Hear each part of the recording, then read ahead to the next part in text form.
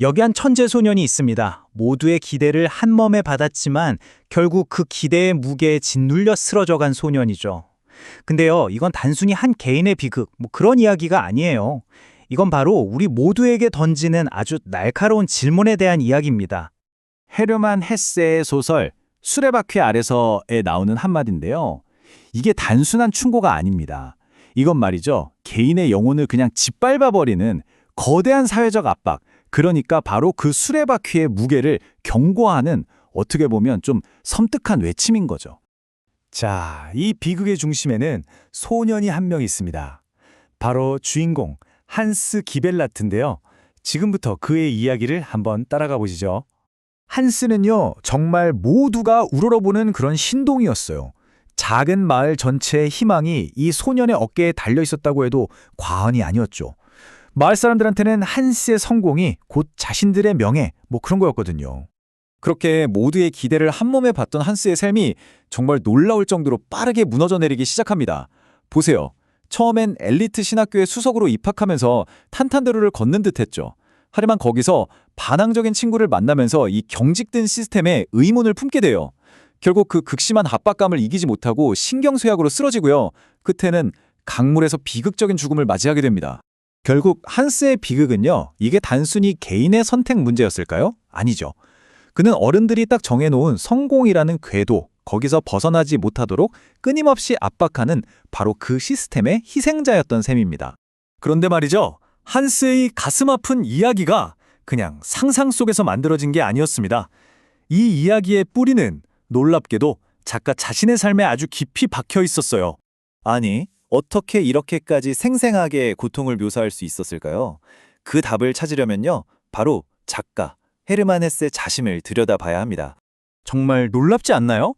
소설 속 한스의 삶은 작가 헤르만 헤세의 젊은 시절을 그냥 그대로 비추는 거울이나 마찬가지였어요. 아버지를 따라서 신학교에 간 것부터 정신적으로 무너져 내린 것까지 한스가 겪었던 그 모든 고통은 바로 헤세 자신이 겪었던 고통의 메아리였던 거죠. 그러니까 헤스에게 이 소설은 일종의 자기 치유 과정이었던 셈이에요.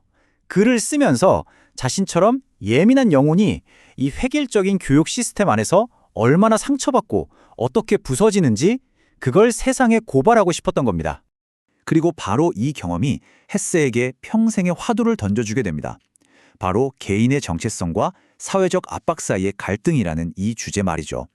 이 주제는요, 그의 작품 세계 전체를 관통하는 핵심이 됩니다. 한 학술 논문에서는 이걸 영원한 청소년기의 미로라고 표현하기도 하더라고요. 그러니까 사회가 기대하는 모습과 진짜 나 사이에서 끝없이 방황하는 젊음의 고뇌. 헤세는 평생 동안 이 주제로 계속해서 되돌아왔던 겁니다. 자, 이 그림 좀 보세요. 한 연구에서 헤세의 작품 세계를 이렇게 하나의 거대한 미로처럼 시각화했는데요. 정말 흥미롭죠?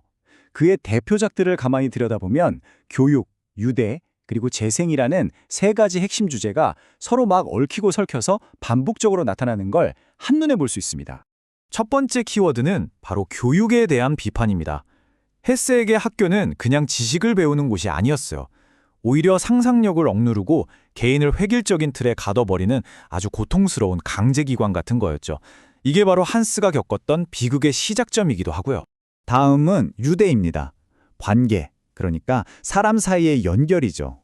한스를 흔들었던 그 반항적인 친구처럼 헤세의 소설 속 인물들은 멘토나 친구, 혹은 첫사랑과의 관계를 통해서 크게 성장하기도 하고 또 때로는 시험에 들기도 합니다.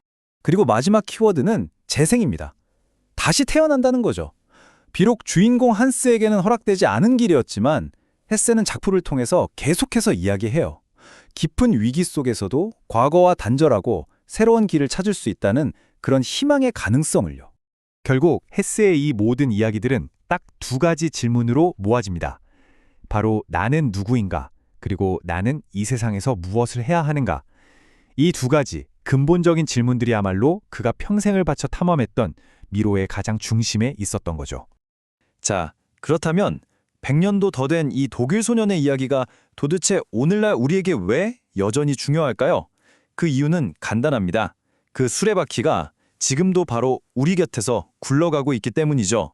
아니, 1906년에 쓰인 그것도 독일 신학교 학생에 대한 소설이 어떻게 지금 우리에게까지 이렇게 깊은 울림을 줄 수 있는 걸까요?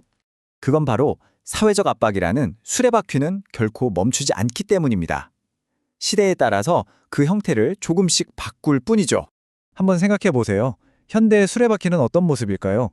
정말 숨막히는 학업 경쟁과 입시 전쟁, 또 남들이 정해놓은 성공적인 직업을 쫓아야 한다는 압박감, 그리고 개인의 행복과 외부의 기대 사이에서 아슬아슬하게 줄타기 해야 하는 우리의 모습, 점점 늘어나는 청소년 우울증과 불안, 이 모든 게 바로 오늘날의 수레바퀴 아닐까요?